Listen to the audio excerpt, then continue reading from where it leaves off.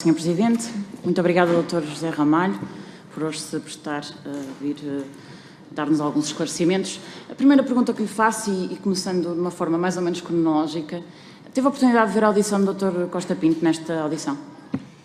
Bem, estas audições passam muito tarde e eu não consigo acompanhá-las todas, mas ouvi uns excertos do Dr. Costa Pinto, ouvi, de facto. Conhece o relatório que foi produzido e subscrito pela Comissão Independente que o Dr. Costa Pinto liderou? Se eu conheço... Não, o que eu me lembro desse relatório é que, bom, para já o relatório foi um pedido expresso do Governador e específico do Governador ao Dr. Costa Pinto, não é? Portanto, não foi um pedido do Conselho do Banco de Portugal.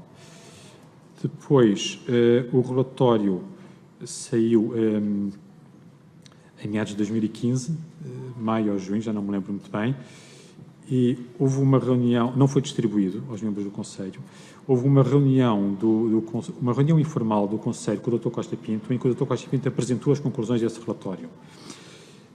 E, portanto, isto em meados de 2015, oralmente, e depois discutiram-se as recomendações, que aliás eram relativamente, enfim, havia um grande consenso em torno delas, e decidiu-se publicar as recomendações, o que foi feito, publicar as recomendações. As recomendações do relatório foram tornadas públicas logo em junho de 2015. Está no site do Banco de Portugal. Sim. Encontra alguma razão plausível para que o Sr. Governador tivesse pedido a uma comissão para avaliar de forma independente o seu desempenho e o desempenho da instituição que ele próprio liderava no acompanhamento deste processo e depois de o conhecer tê-lo mantido em segredo, ainda por cima quando supostamente isto tinha sido um exercício totalmente inédito em Portugal e na Europa? Sr. Deputado, eu acho que tenho que fazer essa pergunta ao Sr. Governador, não é? Porque é que ele optou por essa via, não é? Quer dizer, ser uma entidade independente, percebe-se que a entidade independente tem sempre um olhar mais objetivo, em princípio, sobre os assuntos. Porque é que ele quis manter esse confidencial, já não sei, e, portanto, terá que lhe perguntar. O senhor foi contemporâneo do Sr. Dr. Carlos Costa, na altura em que ele era presidente, aliás, governador do Banco de Portugal? Foi. Quer dizer, fui até 2017. Sendo seu vice-governador, nunca lhe ocorreu ter-lhe perguntado porque é que não partilhava as conclusões, ou melhor, todo o relatório Costa Pinto? Não. Isso era um assunto que tinha basicamente a ver com a supervisão e eu nem sequer tinha tempo para interferir nesses assuntos de supervisão. Portanto, tinha demasiados problemas com que me ocupar. Sabe dizer-nos que melhoramentos é que o Banco de Portugal introduziu na sua atuação depois das recomendações que foram feitas pelo Dr. Costa Pinto e que, como disse aqui, foram pelo menos as conclusões tornadas públicas? Isso também é um assunto de supervisão que eu já não me lembro muito bem, mas havia dois tipos de recomendações, havia recomendações para a supervisão propriamente dita e havia recomendações legislativas, não é? Portanto, para alterar o quadro legislativo. Agora não tenho aqui isso, mas está no site do banco, como eu digo. Muitas delas foram, de facto, ou algumas foram aplicadas, portanto, foram objeto de propostas por parte do banco e foram aplicadas. Não sei dizer caso a caso, mas sei que um problema que era muito referido era a questão de conflitos de interesses. Isso era um assunto que era muito referido e penso que depois foram introduzidas melhorias significativas nessa matéria no nosso quadro legal. Esse é o que eu me lembro assim mais, que me chamou mais a atenção na altura, mas não sei. Ainda relativamente à supervisão, e sei que não tinha o pelour concreto disto, mas era vice-governador na altura, a atuação do Banco de Portugal foi enérgica e assertiva, disse Luís Costa Ferreira aqui nesta comissão. Concorda com a afirmação? Doutora, ele é que sabia, ele é que atuava, portanto, ele é que tem mais capacidade de qualificar isso. É verdade que os problemas do BES foram detectados pela supervisão do Banco de Portugal, essa é que é a verdade, não é?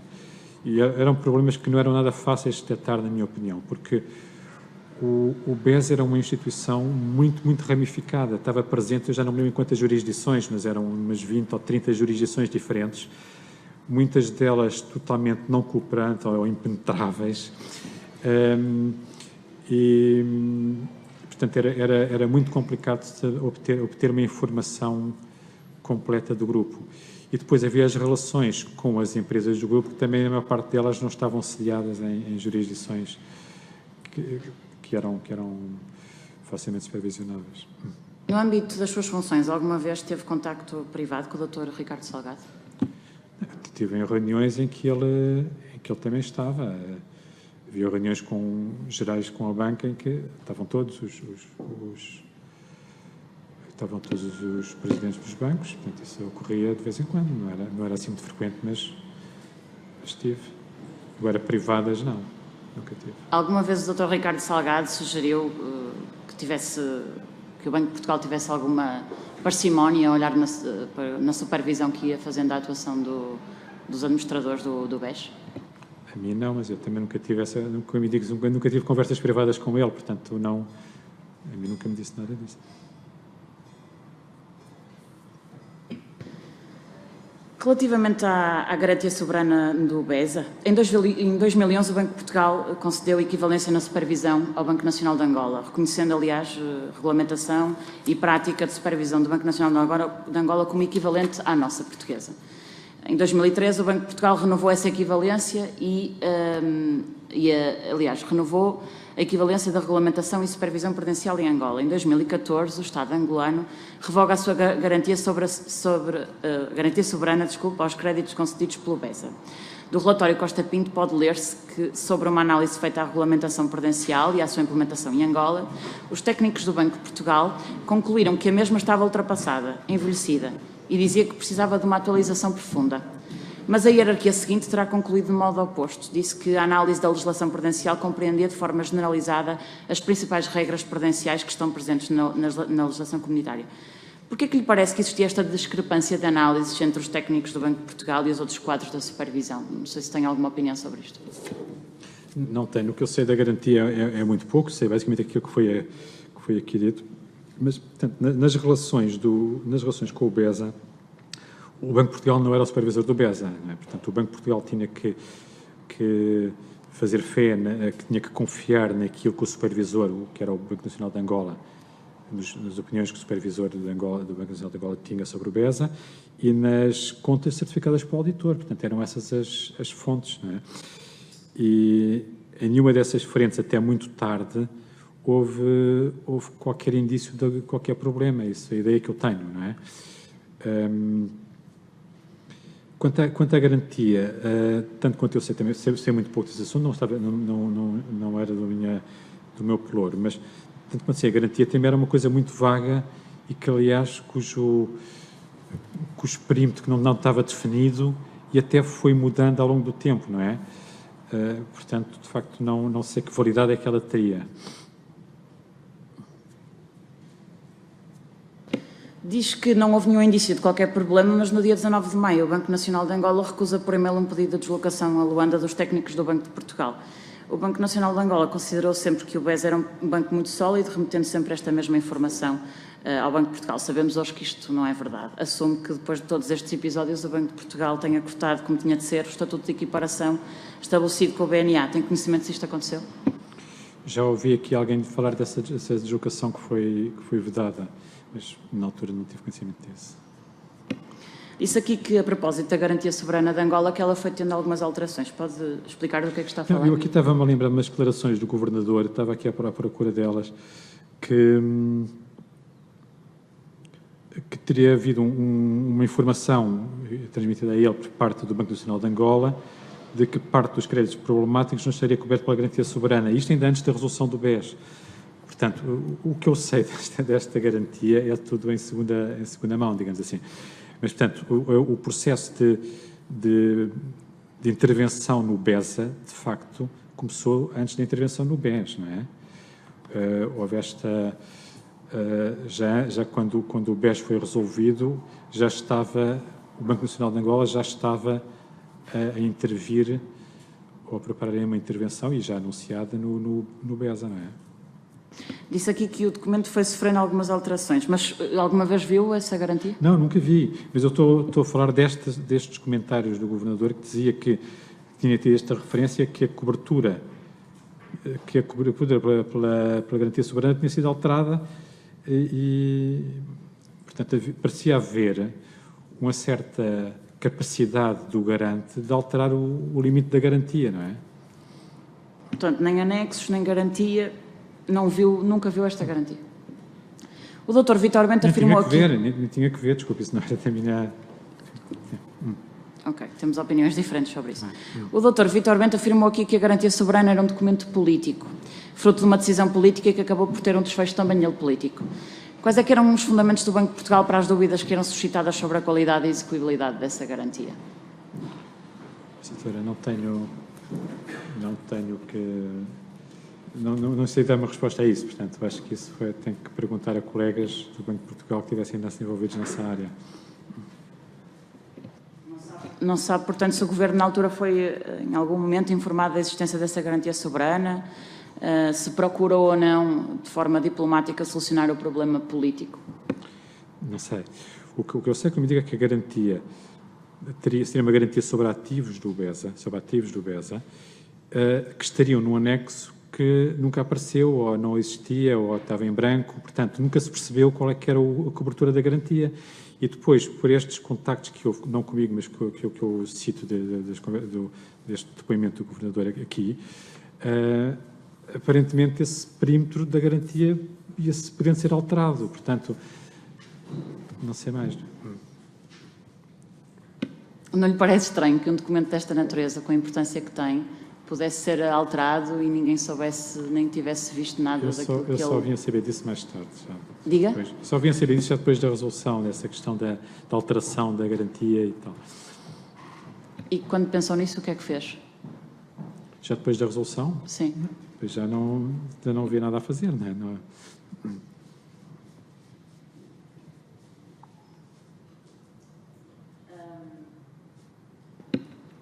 Segundo, relativamente à capitalização pública versus a opção da resolução, segundo declarações do Dr. Carlos Costa, eu vou ser um bocado, vamos expandir um pouco no tempo, mas é importante. O Dr. Carlos Costa disse aqui na anterior comissão que o Banco de Portugal só tomou conhecimento dos valores ainda preliminares das contas do BES relativamente ao primeiro semestre de 2014 no final de julho. Nessa data, a KPMG quantificou pela primeira vez o desvio dos resultados semestrais do BES face à informação que foi transmitida anteriormente.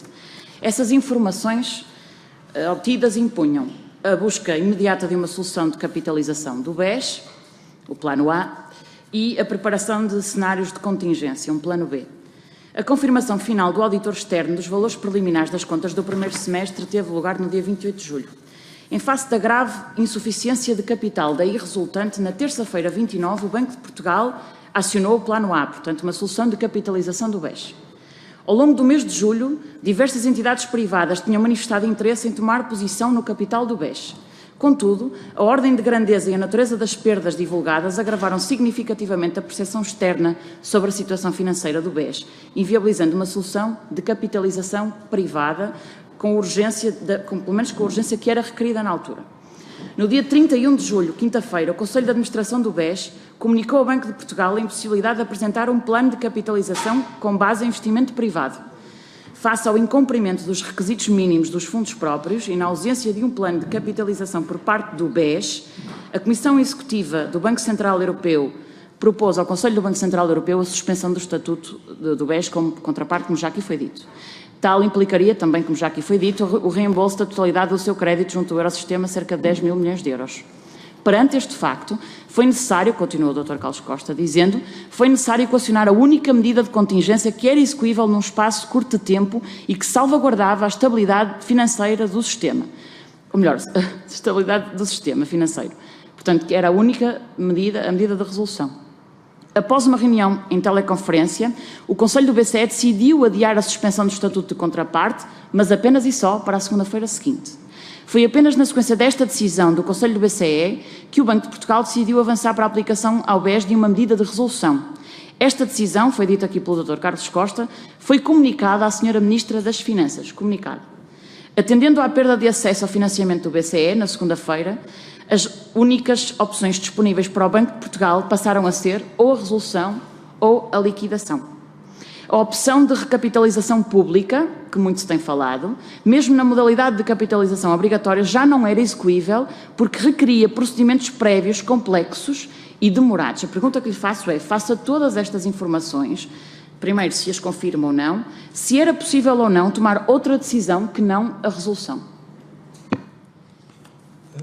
acho que, de facto, o que se passou foi exatamente isso que disse, que o governador da altura disse.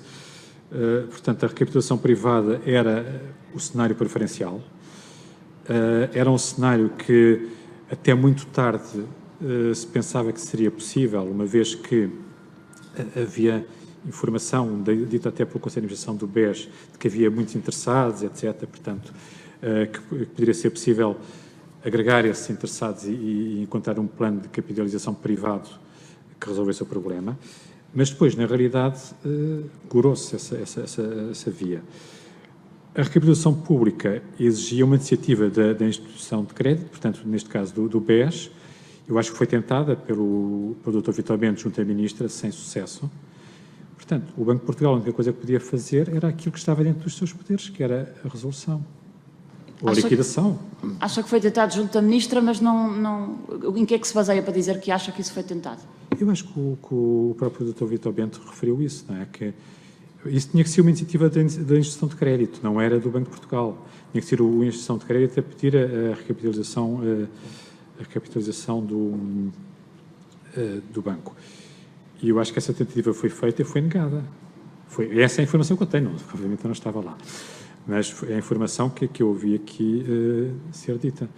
Portanto, já não havia possibilidade nem de recapitalização privada, nem de recapitalização pública, quando o assunto chegou, quando o Banco de Portugal tinha que tomar uma decisão. E o Banco de Portugal, as alternativas que o Banco de Portugal tinha, que são da sua iniciativa e capacidade, é a resolução e a liquidação. Sendo que a resolução, na altura, tinha muito menos instrumentos do que tem hoje, não é? A resolução, na altura, só tinha duas possibilidades, que era o banco de transição ou a venda de atividade. Ora, para um banco da dimensão do BES, a venda de atividade, num fim de semana, era impossível.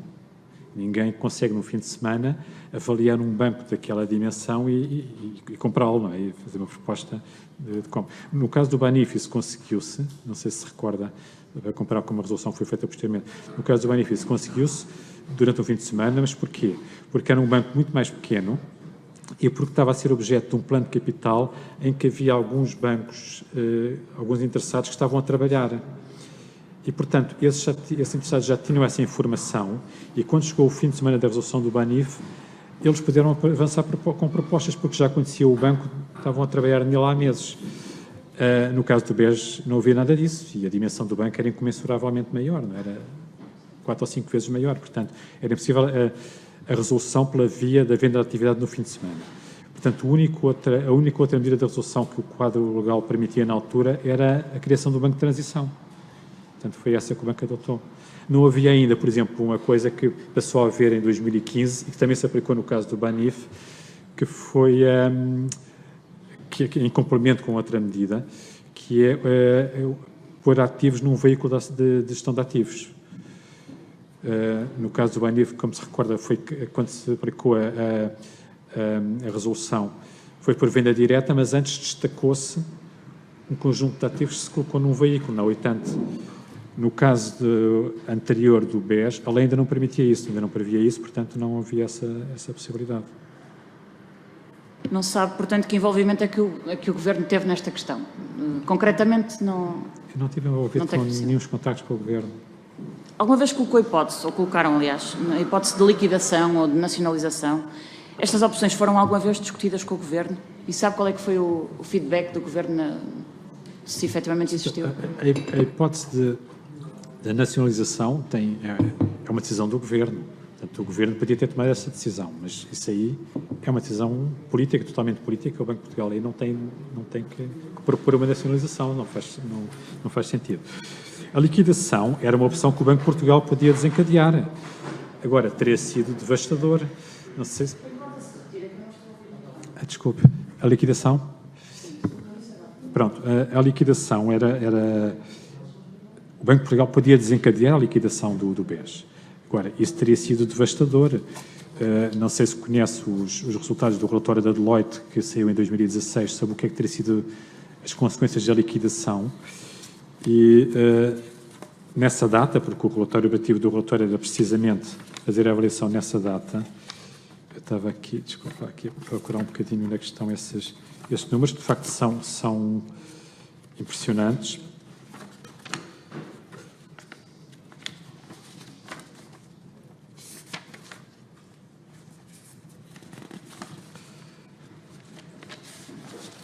liquidação. Bom, o relatório da Deloitte estima que a redução de valor de ativos do BES, em cenário de liquidação, seria de 24 bilhões de euros, 24 mil milhões. E as perdas a assumir pelos credores comuns, incluindo os depositantes na parte não garantida, seriam 17 bilhões de euros. 17 bilhões de euros de perdas para os credores comuns. Portanto, isto teria sido um desastre do ponto de vista da estabilidade financeira. Imagino o que é. Recorda-se do caso dos lesados do BES, que levantou tanta tinta e tantos problemas, e que finalmente se conseguiu encontrar uma solução. O valor que estava em causa não tinha nada a ver com estes 17 bilhões, era uma fração disto. Agora imagine aplicarmos haver perdas de 17 bilhões de euros num conjunto de pessoas comuns. Pessoas comuns, não é? E, portanto, teria sido um desastre, não só para estas pessoas e para o banco, como também depois o efeito de arrasto que isto teria, porque o BES era um banco sistémico, não era qualquer banco, não era? Era o terceiro banco do país. Portanto, teria sido um desastre. Portanto, obviamente, o Banco de Portugal não podia ir por esse caminho. Portanto, o único que restava era a resolução. Muito obrigada. No dia 3 de agosto de 2014, o balanço inicial do novo banco, constituído a partir de dados contabilísticos do BES à mesma data e expurgado aquilo que o Banco de Portugal entendeu que devia passar para o Banco Mau, indicava uma necessidade de capitais próprios de 4.300 milhões de euros. Entretanto, realizou-se uma reunião, ou várias, no Ministério das Finanças e chegou-se ao valor de 5.500 milhões de euros. Aliás, o Banco de Portugal propôs os 5.500 milhões de euros. Contudo, por força da aplicação de regras de auxílio do Estado, todas as entidades envolvidas na negociação, Governo, DGECOM e Banco de Portugal, acabaram por concordar com uma injeção de capitais de 4.900 milhões de euros, correspondente a 9,2% dos ratios de capitais próprios. Esteve envolvido concretamente nas negociações relativas à injeção de capital? Não. Sei que houve essa reunião, mas eu não estive. E, portanto, penso que os números eram esses, né? Portanto, quem se opôs, mais uma vez, repito aquilo que disse aqui há pouco ao seu colega, do ponto de vista do supervisor, que na altura era o Banco de Portugal, quanto mais capital, melhor. Enfim, não é bem assim, não é assim, mas por princípio, quanto mais sólido estiver o banco, melhor é, não é?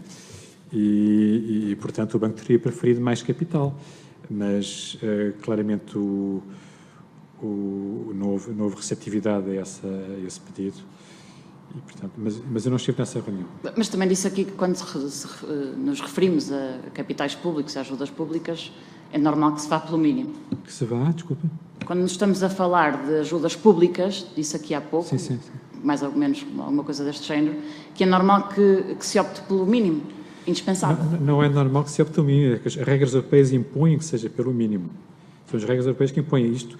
Isto são regras que já vigoravam na altura. Houve uma comunicação, a propósito da crise bancária de 2008, houve uma comunicação da União Europeia, da Comissão Europeia em 2013 que impunha isso. Não é? De facto, um dos grandes problemas aqui, no nosso caso, no caso do BES, é que esta resolução ocorreu já muito tardiamente em relação ao resto da Europa, não é? Os problemas da Europa e as grandes intervenções nos sistemas bancários europeus ocorreram em 2008. Na Inglaterra, na França, na Holanda, na Bélgica, portanto, ocorreram em 2008. Geraram de tal maneira intervenções de gastos para os contribuintes que isso depois gerou uma reação adversa de impor leis que impedissem que isso acontecesse daí para a frente. Portanto, e foi daí para a frente que apareceram muito mais limites do que havia até aí de intervenção pública nos bancos. Portanto, quando houve a resolução do BES, como que me diga, apareceu tardiamente em relação ao resto, aos outros países que eu referi, as recapitulações públicas ou a intervenção com fundos públicos em bancos já estava muito, muito restringida e a regra tinha que ser o mínimo. Sabe-se, aliás, ia-lhe perguntar se sabe se era possível injetar mais dinheiro no novo banco, mas parece-me que já acabou por responder. Tem noção de que, na altura, tinha-se noção de quanto mais é que seria suficiente? Não, desculpe, não percebi a pergunta. Quanto mais é que acha que seria suficiente? Como é que isto podia ter sido feito e com que meios? Quanto mais capital é que seria necessário? Ora, vamos ver, eu acho que nós temos que trabalhar com a informação que tínhamos na época, não era? E não com aquilo que viemos a saber subsequentemente e que, de facto, não sabíamos, não adivinhávamos o futuro. Mas o rácio inicial, os 4,9 bilhões de euros deram um rácio inicial de 9,2%. O mínimo exigível na altura era 8%. Portanto, havia ali uma folga de 1,2%. Era uma folga pequena, mas teria sido suficiente se não se tivessem verificado duas coisas, que eram de facto pressupostos implícitos. A primeira é que os ativos seria um pressuposto implícito é que os ativos estavam bem avaliados, os ativos transferidos para o novo banco estavam bem avaliados, e o segundo pressuposto implícito é que as regras de capital, as regras prudenciais, estavam relativamente estáveis, ou que pelo menos não iam sofrer um agravamento muito significativo. Portanto, se estas duas condições que estavam implícitas em agosto de 2014 se tivessem observado, não teríamos tido os problemas, mas nenhuma delas se verificou. Portanto, os ativos estavam mal avaliados e as imparidades que apareceram foram enormes e surpreenderam toda a gente. E as exigências de capital dispararam em flecha com o novo supervisor e com as novas regras de supervisão que lhes deram grandes poderes discricionários.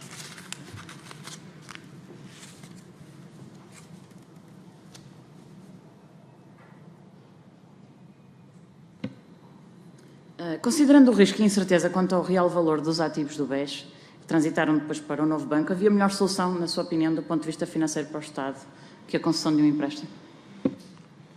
Que a concessão de um empréstimo? No contexto da resolução? Bem, não estou a ver como é que podia ser feito de outra maneira, porque, em princípio, quem devia ter feito isso era o Fundo de Resolução, mas o Fundo de Resolução não tinha meios, o Fundo de Resolução tinha acabado de ser constituído, tinha 300 e poucos milhões de euros, não me lembro do número exato, mas tinha 300 e poucos milhões de euros, portanto, tinha que pedir empréstimo para injetar 4,9 bilhões de capital. E o que se fez, como se recorda, e isso é público, eu já não me lembro dos números exatos, mas o que se fez foi, os bancos disponibilizaram-se para oferecer, isto foi em 2 passos, mas foi logo tudo durante o mês de agosto, concederam um empréstimo de 700 milhões, o fundo tinha 300 milhões, fez 1.000, e o Estado emprestou os outros 3,9 milhões. Relativamente já aqui foi dito e apontado um alegado problema de interlocução entre o Banco de Portugal enquanto entidade de supervisão e de resolução ao mesmo tempo com a administração do novo banco. Como é que foi a vossa relação com a administração do novo banco? Houve comunicação contínua? As decisões eram participadas entre todos? Havia contactos frequentes, mas dentro das responsabilidades respectivas, não era? Portanto, Desculpe interromper. Eu digo isto porque o Dr. Vítor Bento disse aqui que cada vez se sentia mais afastado das soluções que se iam criando. Não, vamos lá, o Dr. Vítor Bento apanhou logo os primeiros... Ele esteve lá muito pouco tempo com o novo banco, não é? Já não me lembro quando é que ele saiu, mas ele esteve lá umas semanas, não teve mais do que isso, não é? E de facto, foram aquelas semanas em que nós estávamos todos a viver uma experiência nova, portanto, ainda estávamos um bocadinho a definir um modo de trabalho entre todas as partes. Aliás, o Dr. Vítor Bento fez um grande serviço, na minha opinião, ao país e ao sistema financeiro, em ter aceito ficar num projeto que já não era nada, não tinha nada a ver com o projeto que o tinha levado a entrar no BES, não era? E, portanto, tinha situação totalmente difícil e muito diferente daquilo que ele previa. Mas, portanto, ele disponibilizou-se para ficar mais algum tempo e saiu esse tempo. Portanto, ele apanhou aquele período em que as regras ainda estavam um bocadinho a ser definidas. Eu, há pouco, em resposta ao seu colega, falei de uma instrução que o Banco de Portugal deu ao novo banco, que eu ainda não consegui encontrar aqui nos meus apontamentos, mas foi em outubro, portanto, já depois da saída do Vítor Bento, precisamente para ajudar um bocadinho a clarificar as coisas. Porque, em relação à venda de ativos, que era o ponto crítico ali, a venda de ativos,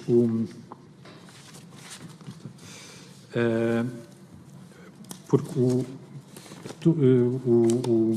novo banco já tinha identificado que havia ativos que era importante vender, mas ao mesmo tempo já estava a preparar-se o processo de venda, ainda não tinha sido lançado, já estava a preparar, havia que ver que perímetro é que ia ser vendido, portanto não se podia vender ativos de qualquer maneira antes de saber qual é que era o perímetro do banco que ia ser vendido. Portanto,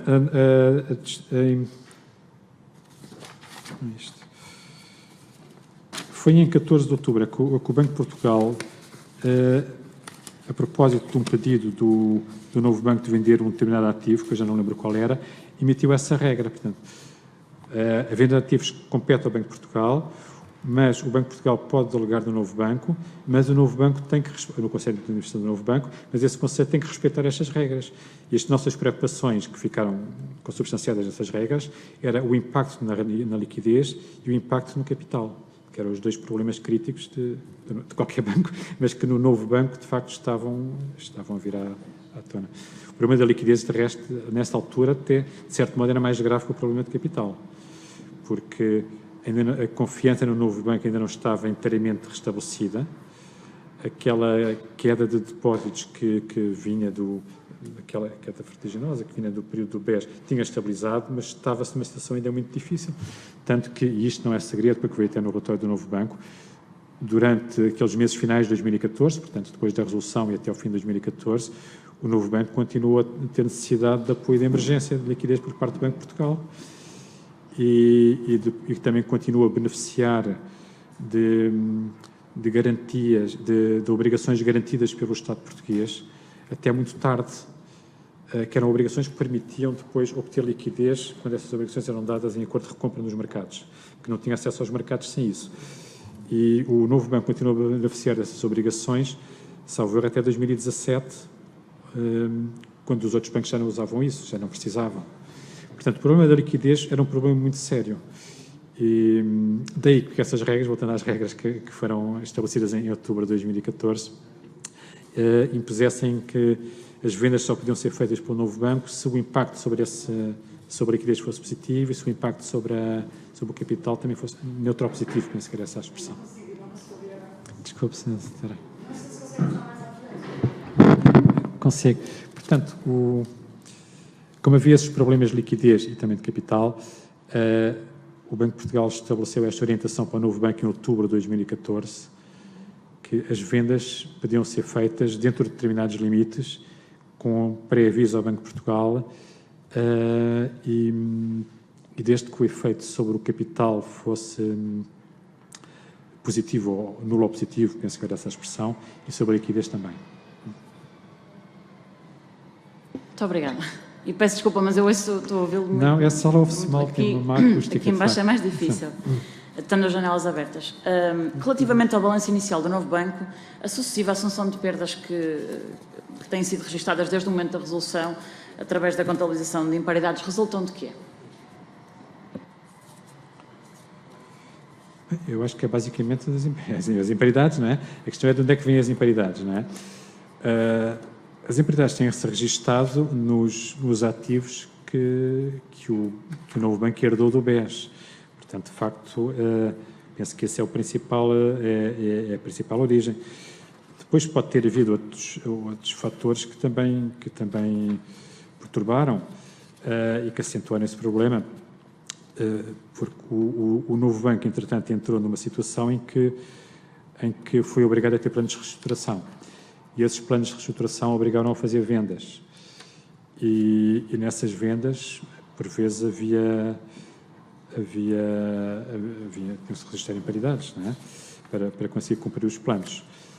Mas penso que o essencial, tanto quanto sei da quantificação disto, não sei se é uma quantificação exaustiva feita, é que as imparidades vinham do legado.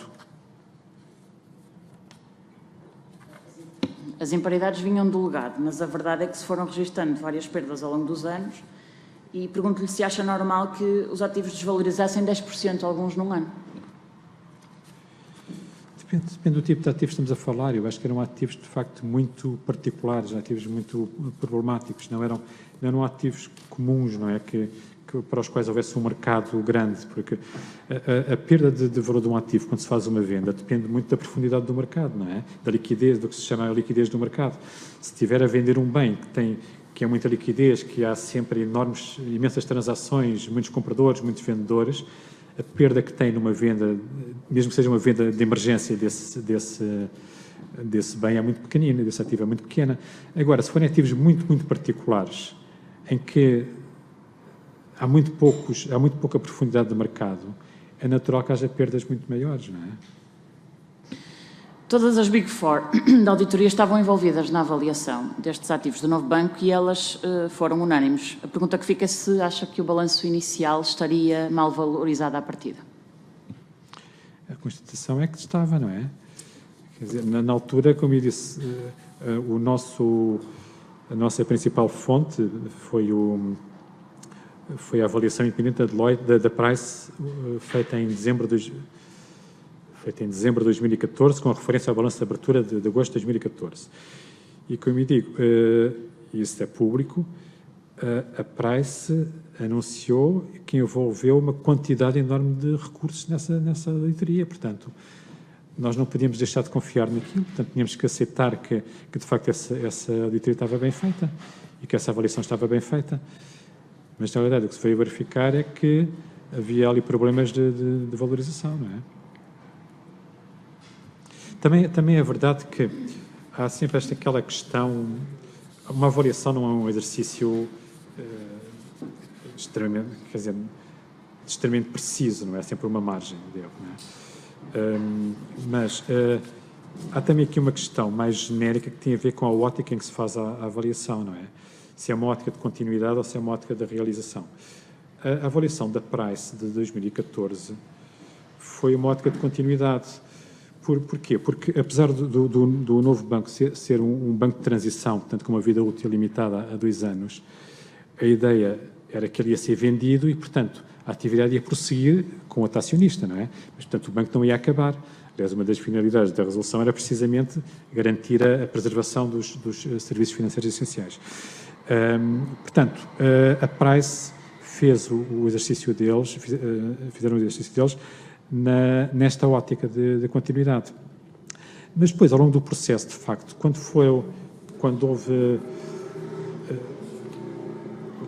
houve necessidade de vender ativos, foi-se passando subrepticiamente, digamos assim, para uma ótica de realização, não é? Em que, de facto, as perdas eram maiores. Mas há um problema de avaliação inicial que, de facto, apesar de todos os recursos que foram postos, há um problema na valoração inicial dos ativos, na minha opinião.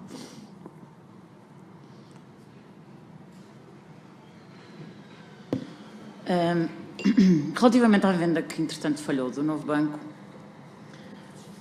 na ata do Banco de Portugal do dia